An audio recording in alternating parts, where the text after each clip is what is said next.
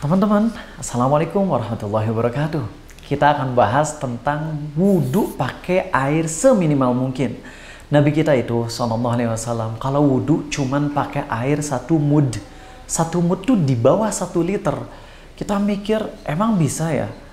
Ada juga yang komen, oh itu karena dulu di Arab air minim. Makanya airnya dikit banget kalau wudhu. Kita kan banyak air.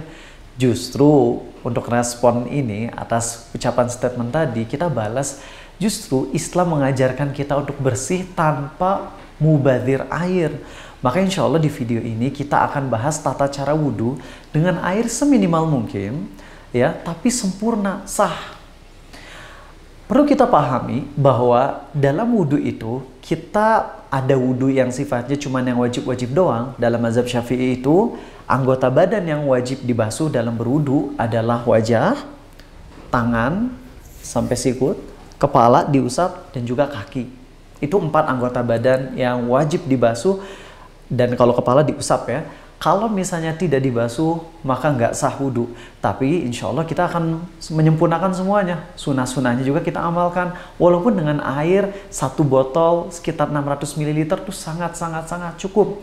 Dan ini juga yang menjadi hal yang perlu dikritisi ketika ada orang-orang yang ketika di kereta, mereka sholat tanpa berwudu. Mereka cuma tayamum ke kursi keretanya aja. Padahal di kereta ada WC loh. Bisa wudu dengan air yang minim loh. Bahkan di kereta juga ada musolanya. Sehingga selama masih ada air, kita nggak boleh tayamum. Kecuali kita misalnya lagi ke gunung, cuma bawa air 2 liter. Dan 2 liter ini untuk diminum. Kalau kita pakai buat wudu, nanti kita kehausan. Maka pada saat itu walaupun ada air, ya jangan dipakai wudhu. Kalau dipakai wudhu nanti kitanya bisa kekeringan, dehidrasi. Tapi selama masih ada air yang ekstra, untuk minum kita udah aman, masih ada air ekstra, gunakan itu untuk wudhu dengan wudhu yang seminimal mungkin. Insya Allah kita akan praktekkan.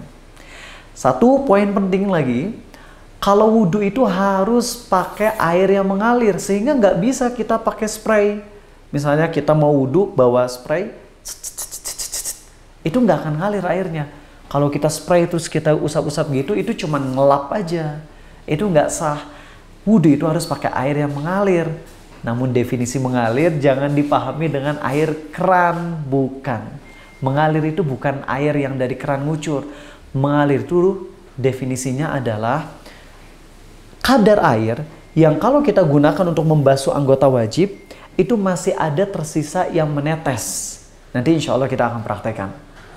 Oke, tentu teman-teman udah pada tahu ya, kalau di awal kita baca bismillah kalau mau wudhu, dan kita pun berniat ketika berniat berwudhu di dalam hati ketika mau ngebasuh wajah.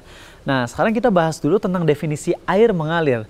Kebanyakan orang kan ngira air mengalir itu harus air yang ngocor dari keran. Padahal kalau kita ngelihat Nabi tentunya SAW dulu nggak pernah wudhu dari keran kan.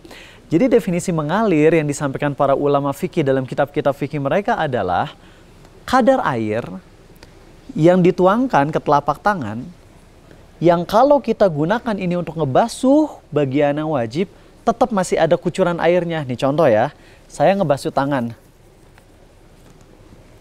Ini kita masih ngeliat tuh, ada beberapa tetes air. Nah, ketika kita ngebasuh tangan, lalu masih ada tetesan-tetesan air, itulah definisi dari air mengalir. So, gak harus kita wudhu pakai keran. Kita bisa wudhu walaupun dengan dari botol air ini. Kita mulai ya, praktekin ya. Bismillah. Hop. Gak usah terlalu banyak, yang penting ada air, kita bisa ngegosok semuanya, dan masih ada tetesan tuh kelihatan. Tek. 1, 2, 3. Ya.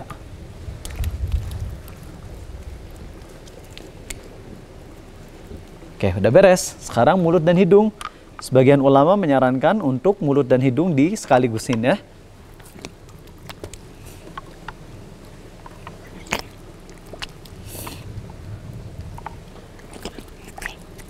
Udah 3 kali. Lalu kita basuh wajah. Lihat kadar airnya ya.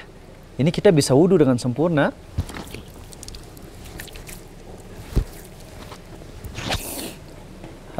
Satu, 2. Kita bisa melihat masih ada tetesan-tetesan air. Ini artinya termasuk mengalir airnya.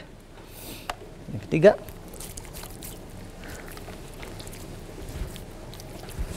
oke, setelah basuh kepala, wajah, sarang tangan. Nih lihat ya. Dengan air segini kita bisa ngebasuh seluruhnya. Dari mana dulu? Apakah dari telapak tangan dulu atau dari sikut dulu? Kalau di Quran dijelaskan dari telapak tangan sampai ke sikut, tapi para ulama menjelaskan mau dari sikut dulu sampai telapak tangan pun tetap sah. Walaupun yang lebih utama adalah telapak tangan dulu baru sampai ke sikut ya. Nih lihat ya, ini air segini kita bisa ngebasuh semuanya dari telapak tangan lalu mundur. Dan walaupun sudah dibasuh semuanya, ini masih ada tetesan air.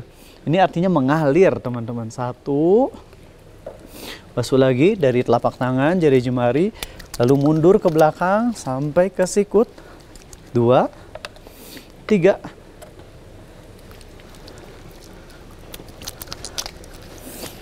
Beres yang kanan, pindah ke kiri. Oh, kebanyakan. Hop. 1, 2, 3.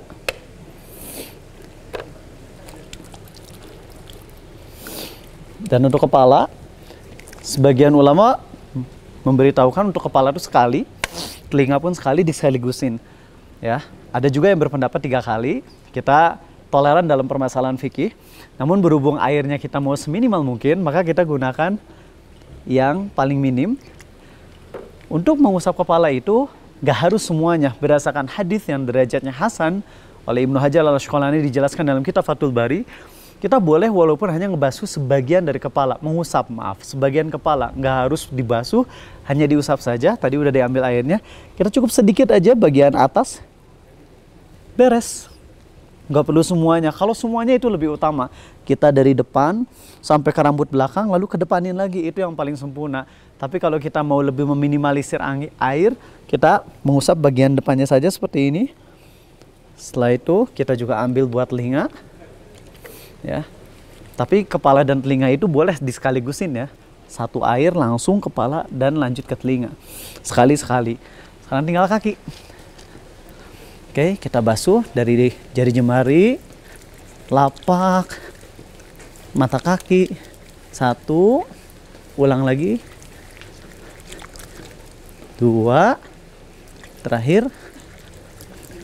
3. Terus yang kiri. Dari jari jemari, lapak, mata kaki. 1, jari jemari, semuanya beres. 3. Oke, itu wudhu udah sempurna semuanya 3 kecuali kepala dan telinga. Sebagian ulama berpendapat 1 kali saja.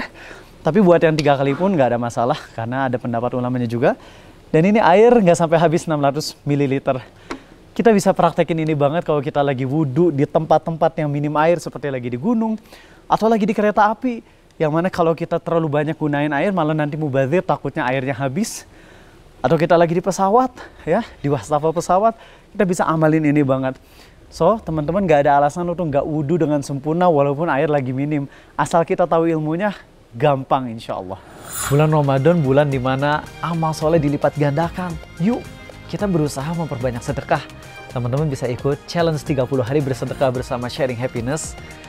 Gampang kok caranya, tinggal scan di kris yang ada di layar kaca. Semoga dengan ini kita dapat pahala yang sangat besar dan itu bisa menyelamatkan kita dari azab Allah dan dapat surga tertinggi Firdaus.